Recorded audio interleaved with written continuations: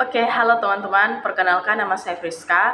Di video kali ini saya akan membahas mengenai tugas yang diberikan Bapak dosen kepada saya pada mata kuliah Manajemen Bank Syariah.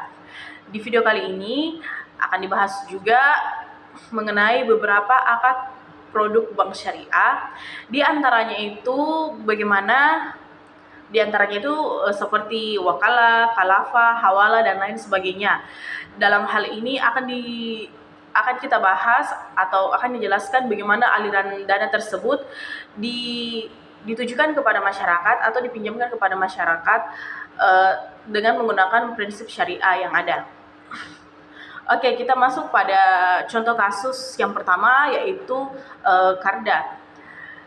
Contoh kasusnya itu yakni seorang pengusaha kecil mau meminjam uang sebesar 10 juta dari temannya tanpa bunga ataupun biaya tambahan lainnya. Kalau kita lihat dari prinsip Karda adalah pinjaman kebajikan yang diberikan kepada seseorang tanpa adanya pengembalian pokok pinjaman ataupun bunga. Kalau kita lihat di sini dari segi keuntungan, pemberi pinjaman mendapat pahala karena dia membantu temannya. Penerima pinjaman juga tidak terbebani dengan adanya bunga sehingga menjadi lebih ringan. Terus tantangannya yaitu kita bisa lihat dari kemungkinan adanya resiko tidak bayar atau keterlambatan dari peminjam, dan juga potensi konflik jika peminjam tidak memenuhi janji pengembalian. Yang kedua yaitu pada contoh kasus wakalah. Penjelasan kasusnya yaitu pada wakalah ini nasabah memberi kuasa pada bank untuk membeli rumah atas namanya.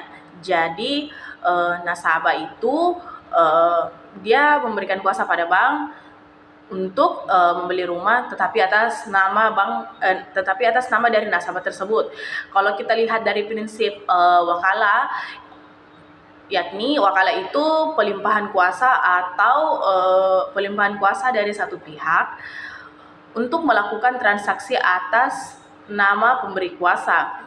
Kalau kita lihat dari mekanismenya, kita bisa lihat yaitu bank bertindak sebagai wakil dari nasabah tersebut, yakni wakil dalam hal ini wakil bertugas untuk membeli rumah ataupun mengurus seluruh proses pengurusan sampai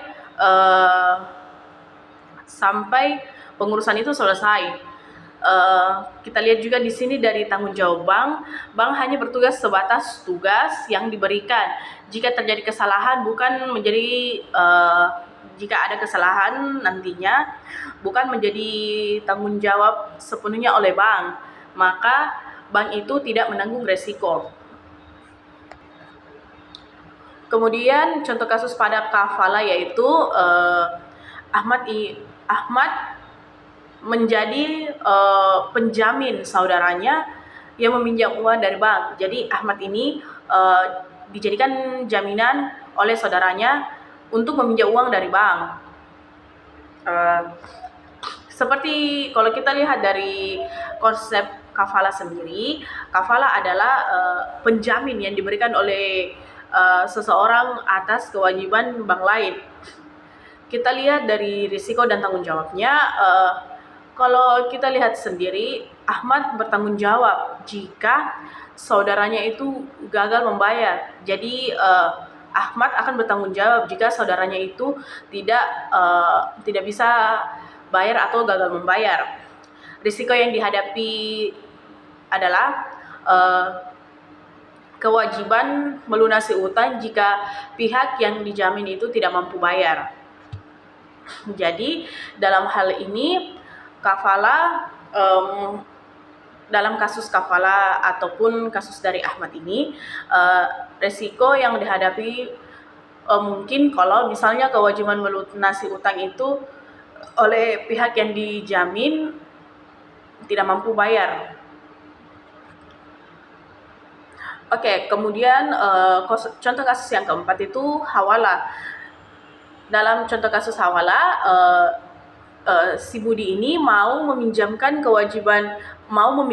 kewajiban hutangnya kepada Cici yang kemudian dibayar oleh Andi. Kalau kita lihat dari prinsip hawalah adalah bentuk pengalihan utang dari satu pihak ke pihak lainnya. Tapi adapun syarat dari hawalah tersebut, yakni harus ada persetujuan antara satu pihak dengan pihak lainnya, dan utang yang dialihkan harus jelas bagaimana jatuh temponya, bagaimana prosedur utang tersebut. Dan contoh kasus yang kelima itu Ran. Dalam contoh kasus ini, seseorang menggadaikan mobilnya senilai 15 juta. Dengan 15 juta itu sebagai jaminan pinjaman dari lembaga keuangan. Kalau kita lihat dari prinsip RAN adalah menahan suatu barang sebagai jaminan atas uang. Jadi prinsip dari RAN itu ada barang yang dijadikan jaminan atas utang dengan syarat harus memiliki nilai ekonomis. Barang jaminan tetap milik penggadai namun bisa digunakan oleh penerima RAN jika ada kesepakatan, dan tidak boleh ada namanya unsur riba ataupun bunga. Dan yang terakhir itu ada contoh kasus SAR. Dalam contoh kasus ini, perusahaan menukar uang senilai 100 juta. 100 juta ini ditukar menjadi dolar Amerika untuk kebutuhan impornya. Kalau kita lihat dari prinsip SAR adalah transaksi penukaran mata uang. Kalau kita lihat dari ketentuan syariah itu harus